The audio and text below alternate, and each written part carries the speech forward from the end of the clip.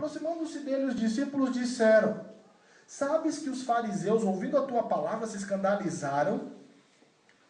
Ele, porém, respondeu: toda planta que meu Pai Celestial não plantou será arrancada. Deixai-os, são cegos, guias de cegos.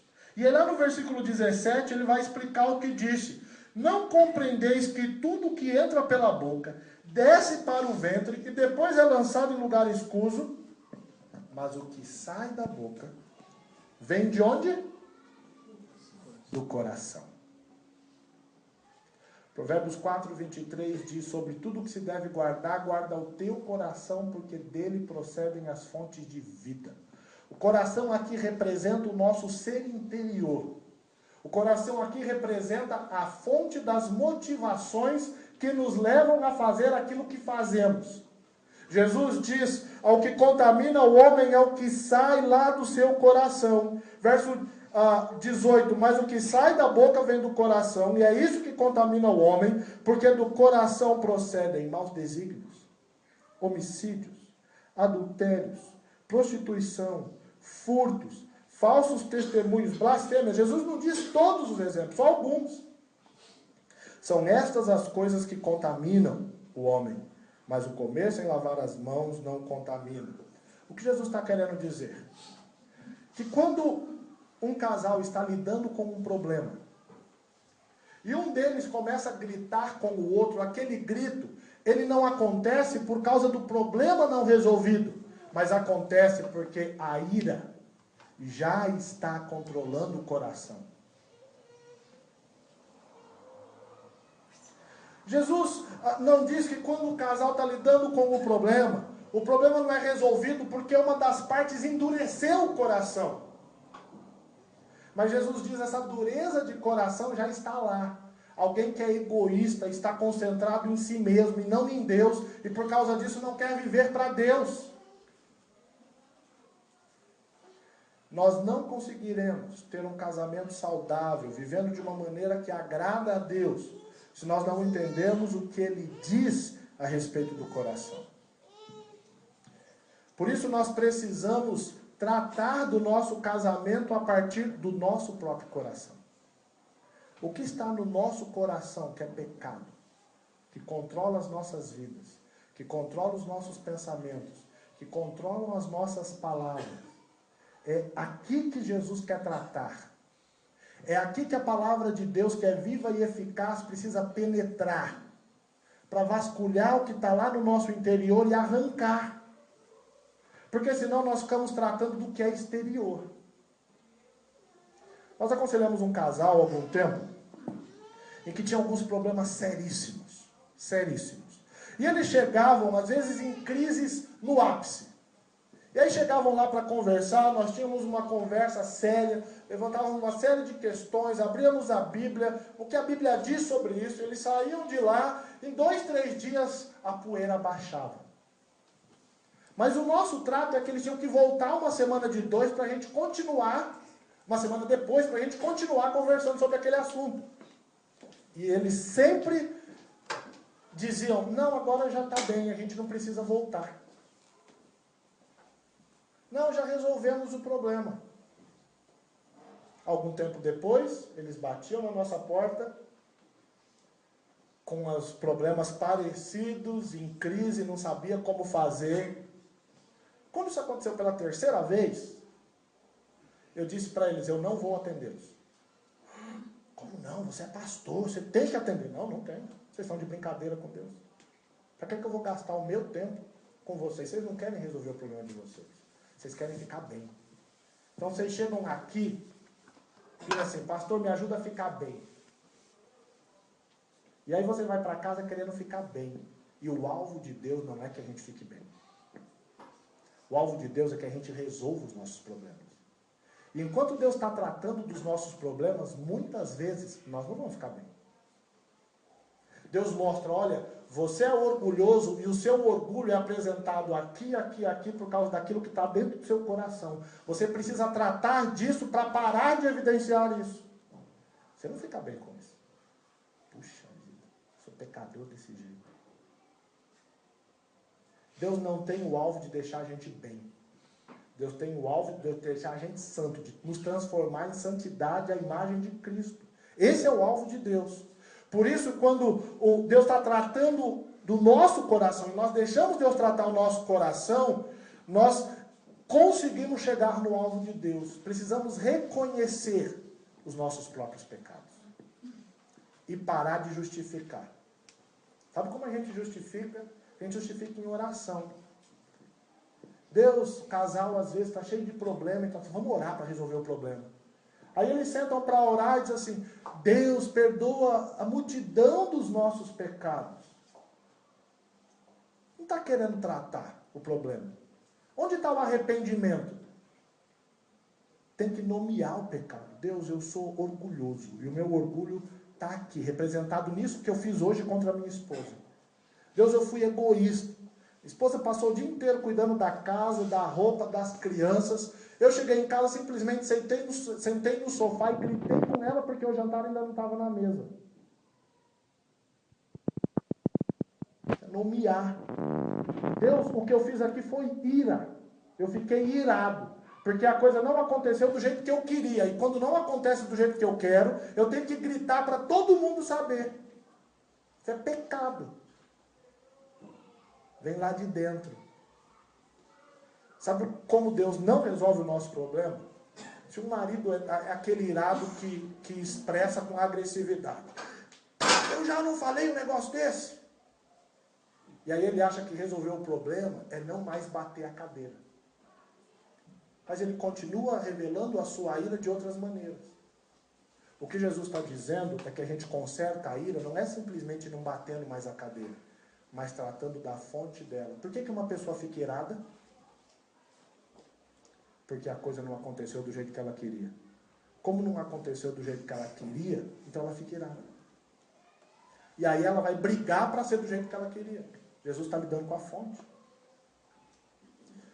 Precisamos decidir tratar do nosso coração.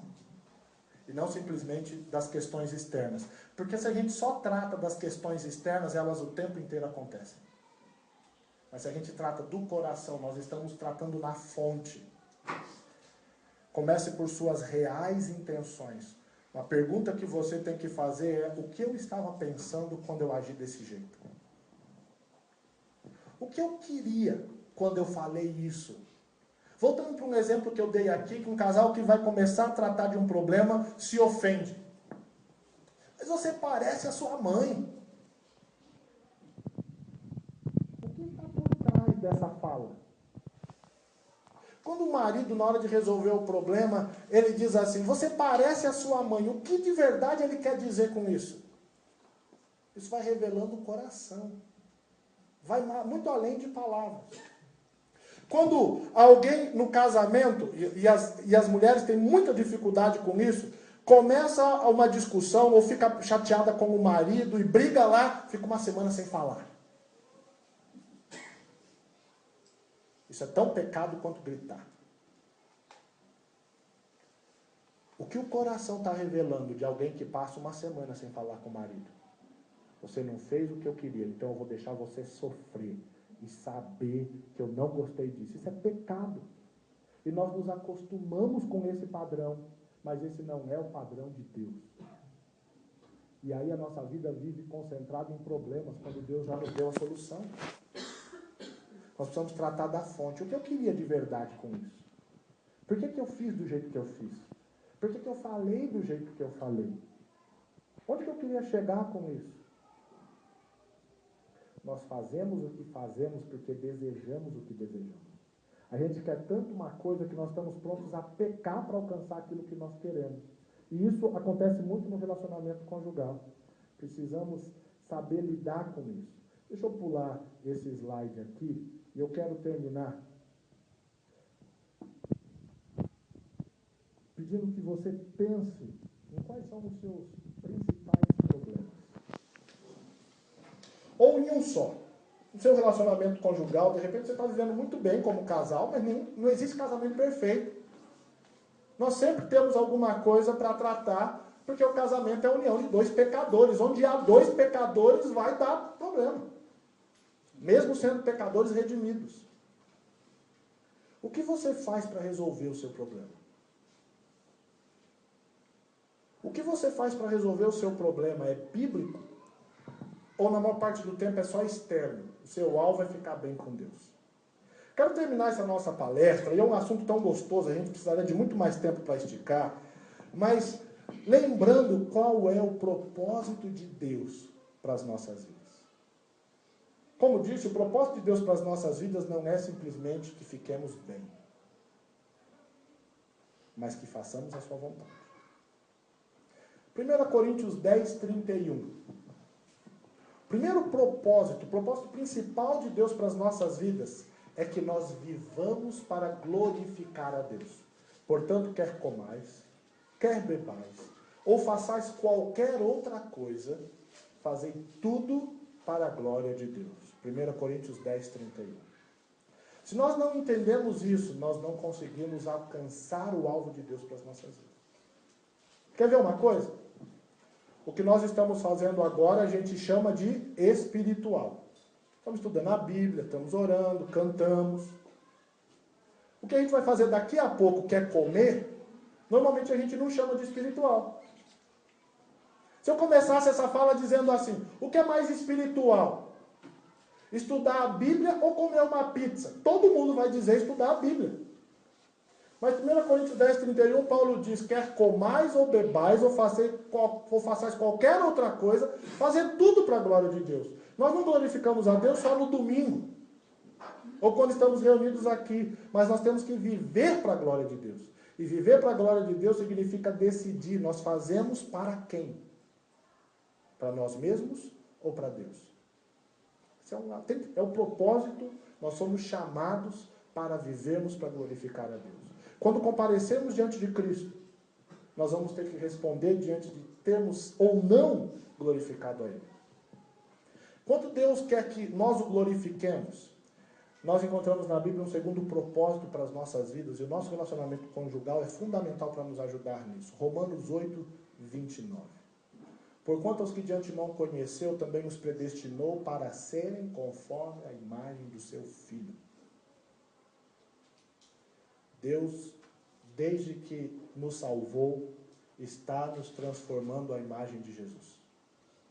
Em todas as áreas de nossas vidas. E nós não deveríamos nos conformar com menos do que isso, porque é o padrão de Deus. É o ministério do Espírito Santo agindo em nós.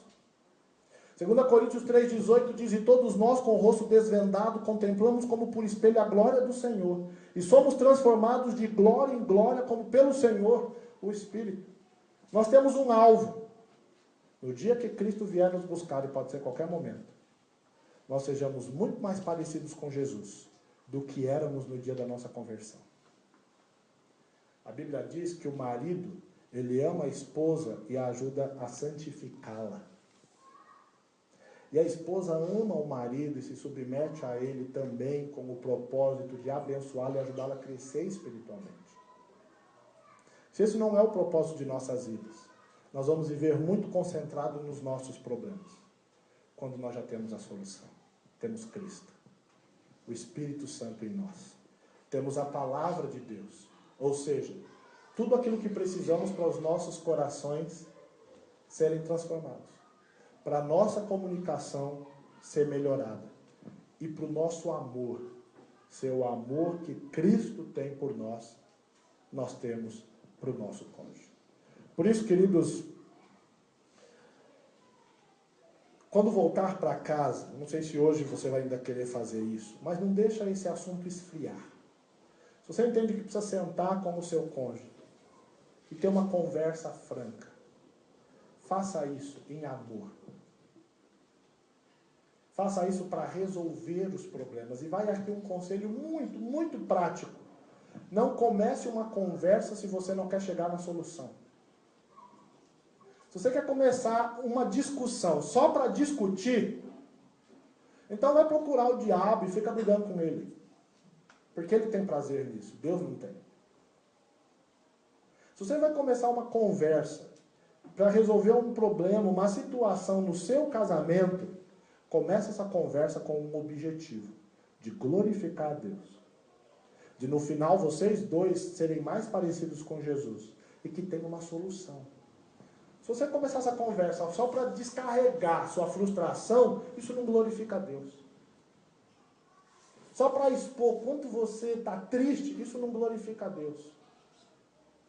Mas comunique com sabedoria para abençoar. Isso glorifica a Deus. Se você está no meio de uma discussão e não consegue enxergar uma conclusão do problema, não deixa o negócio continuar. Isso não é a ideia de pôr o sol sobre essa ira, mas é a ideia de entender, nós dois, agora, nesse momento, não estamos conseguindo entender a vontade de Deus sobre isso.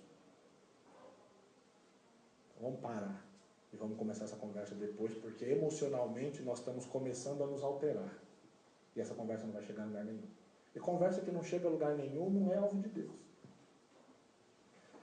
Deus possa nos abençoar. Eu queria que você pensasse que Deus ama o seu casamento. Não importa a luta que você enfrenta, ou já enfrentou, ou está começando a enfrentar. Deus ama o seu casamento. Diariamente, Ele está pronto para abençoar o seu casamento, dar qualidade para ele. Mas parte disso é sua e minha responsabilidade. Deus não vai fazer por nós. Nós temos que fazer, decidimos fazer. Por isso, não fale sobre os seus problemas, mas sobre as soluções. Aqueça o seu casamento com as soluções de Deus, da maneira de Deus para o seu casamento. Amém?